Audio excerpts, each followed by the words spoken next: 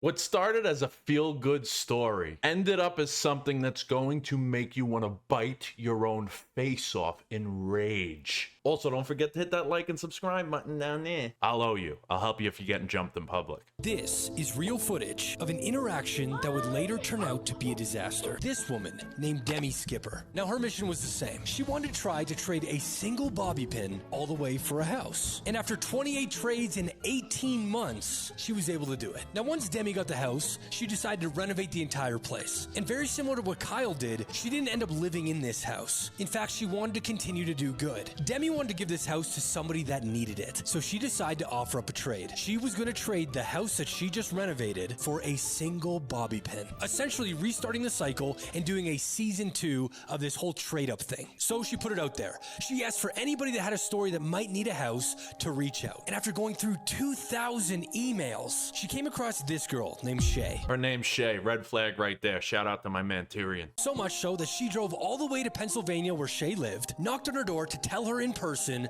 that she won the house. You have to let that sink in before we go any further. She gave this girl a free house. Anyways, while she's there telling Shay she got the house, she's letting her live there rent-free. She's not handing over the deed. But regardless, it's a beautiful gesture. And I'm not one of those people who say, oh, but you're doing it on camera for clout, so it means nothing. You're still doing a nice thing. Do you get less credit for doing it on camera than somebody who just does it out of the kindness of their heart? Positively. But no matter how you do it, no good deed goes unpunished.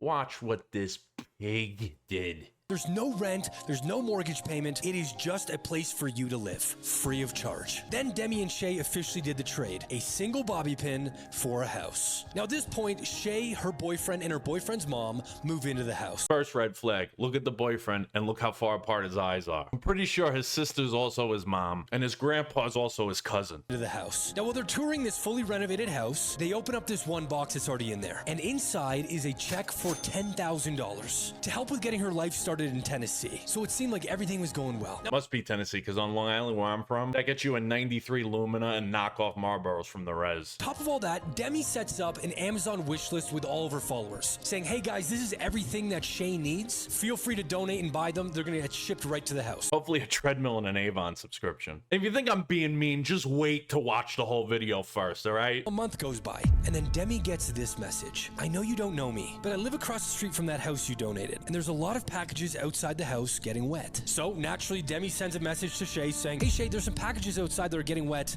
Can you bring them inside? Well, Shay says, oh, I actually flew back to Pennsylvania. I'm just trying to get a flight back, but I'll get the packages when I get there. 2 months go by. Shay is still not back at the property. Well, now 4 months have passed since Shay has been seen at the property. Every time Demi reaches out, there's a different excuse. Until finally she opens up and says, look, this entire experience has been pretty overwhelming. I'm gonna move in the house. It'll probably be like next weekend. I just need time to like regroup. So Demi says, look, I totally get it. Don't even worry. I'm gonna make sure all the landscaping is taken care of for at least a year. At this point, 14 months have passed since Shay is seen at the property. Demi decides to drive down to Tennessee to check on the property, just to see what's going on. She gets there and the house is destroyed. There's pee on the ground. There's garbage that has been shoved into closets. The fridge was an absolute mess. Ugh, what pigs. Could you imagine being such a disgratiad that you live on a property for a year that somebody else owns, and you're so dirty and disgusting in 1 month that you have to abandon the house, and there's urine on the floor? The fridge is a petri dish. She deserves to live under a bridge. But don't worry, it gets worse. The 1 month that Shay lived there, she completely destroyed the place. To the point that this wasn't just average living and just somebody that couldn't take care of the property. It was like destructive living. So Demi then sends Shay a message saying, look, I'm so disappointed that you treated the property like this. And Shay apologizes. She goes, I'm so sorry. I'm so embarrassed by this behavior.